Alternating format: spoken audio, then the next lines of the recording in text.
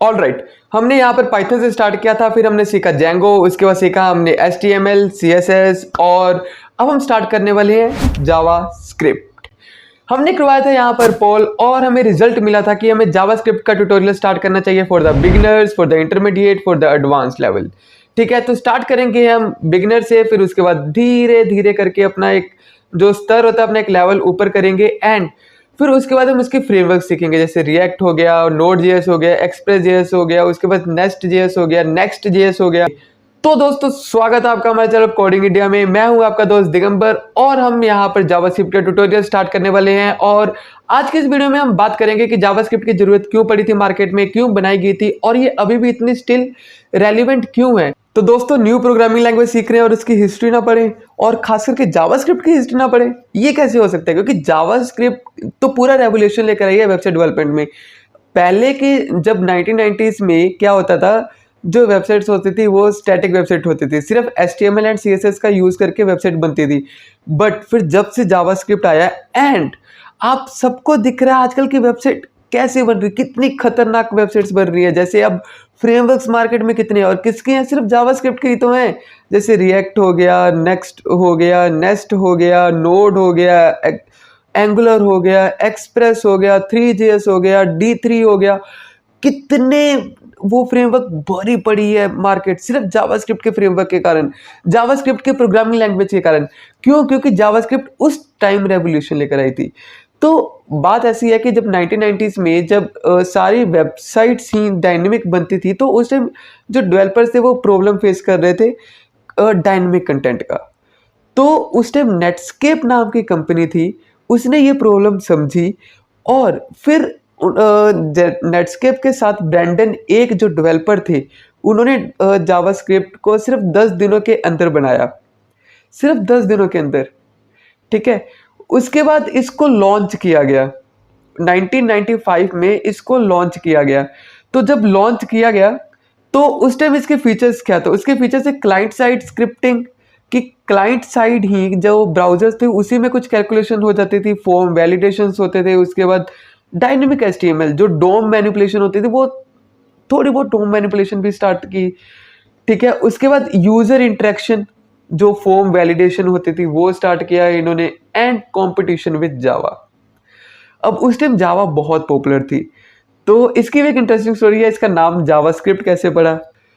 तो जब JavaScript launch हुआ था तो जब ब्रैंडन एक ने इसका डेवलप किया था सिर्फ 10 दिनों में, तो इसका नाम रखा था मोका, MOCHA। ठीक है, जिसको बाद में नाम चेंज करके इसका रख दिया था लाइव स्क्रिप्ट। ठीक है, फिर मार्केटिंग स्ट्रेटेजी के कारण, क्योंकि जावा उस टाइम बहुत ज़्यादा ही पॉपुलर थी, तो उसको टक्कर देने के लिए एंड उसका नाम यूज़ करके अपनी ब्रांडिंग करवाने के लिए इसका नाम जावास्क्रिप्ट रख दिया गया। ऑल्दो ये जो दोनों प्रोग्राम है बहुत ही डिफरेंट वर्क करते हैं, क्योंकि जावास्क्रिप्ट जो सिर्फ थी उस टाइम फ्रंट एंड के लिए लॉन्च हुई थी।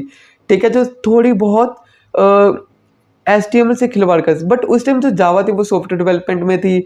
उसके बाद बहुत कुछ उसमें डेस्कटॉप ऐप बनते थे, बैकएंड होता था, तो वो सब उसमें वो बहुत ही पॉपुलर थी उस टाइम जावा। तो दोस्तों उसके बाद एक दौर आता है माइक्रोसॉफ्ट और नेटस्केप के बीच ब्राउज़र वॉर का। और वो ब्राउज़र वॉर क्यों था? ब्राउज़र वॉर वो इसलिए था क्योंकि उस टाइम जब नेटस्केप ने ये लॉन्च किया जावास्क्रिप्ट, तो माइक्रोसॉफ्ट ने अपना ही एक प्रोग्रामिंग स्क्रिप्टिंग लैंग्वेज स्टार्ट किया, जेस्क्रिप्ट।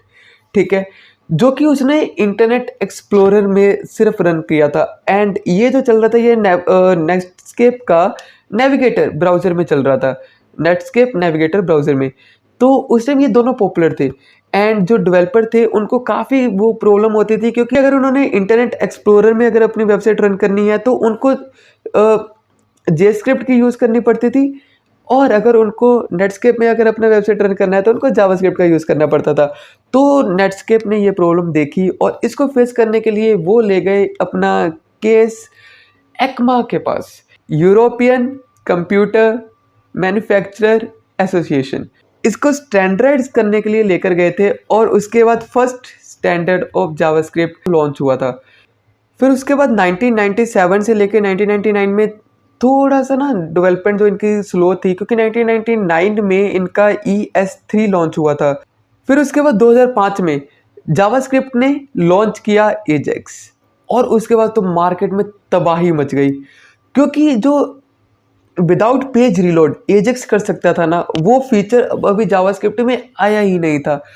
तो उसके बाद मार्केट में इतनी तबाही मची कि उसके बाद डिफरेंट डिफरेंट फ्रेमवर्क बनने क्रिएट हो गए, जैसे रिएक्ट, एंगुलर, नोड जेएस, तो चलो अभी बनी है एक्सप्रेस जेएस। तो डिफरेंट डिफरेंट फ्रेमवर्क्स बनने स्टार्ट हो गए। क्यों? क्योंकि जावास्क्रिप्ट फास्ट थी, जावास्क्रिप्ट के थ्रू फ्रंट एंड ईजी हो गया था, और जावास्क्रिप्ट के थ्रू बैक एंड भी क्रिएट होना स्टार्ट हो गया। तो इसलिए जावास्क्रिप्ट अभी भी मार्केट में रेलिवेंट है और ये आगे भी रहेगी, क्योंकि अगर आप देखो तो मार्केट की हर एक फील्ड जावास्क्रिप्ट कर रही है। जैसे आप देख सकते हो टेंसरफ्लो जो मशीन लर्निंग में यूज़ होती है, जावास्क्रिप्ट यूज़ कर रहा है। एनिमेशन डेवलप जो होता है 3JS, वो जावास्क्रिप्ट यूज़ कर रहा है। D3 यूज़ कर रहा है। उसके बाद इसमें node JS, express JS, nest JS backend के लिए यूज़ हो रही है। Next JS, react, angular, view ये फ्रंट एंड के लिए यूज़ हो रहे हैं। तो लाइक इसने हर एक फील्ड को इसने अपने अंदर वो कर लिया, कंट्रोल में करके रखा है कि चाहे कुछ भी हो जावास्क्रिप्ट मार्केट में रूल करती रहेगी। तो जावास्क्रिप्ट सीखना मच बेटर और मच यूज़फुल रहेगा आपके लिए।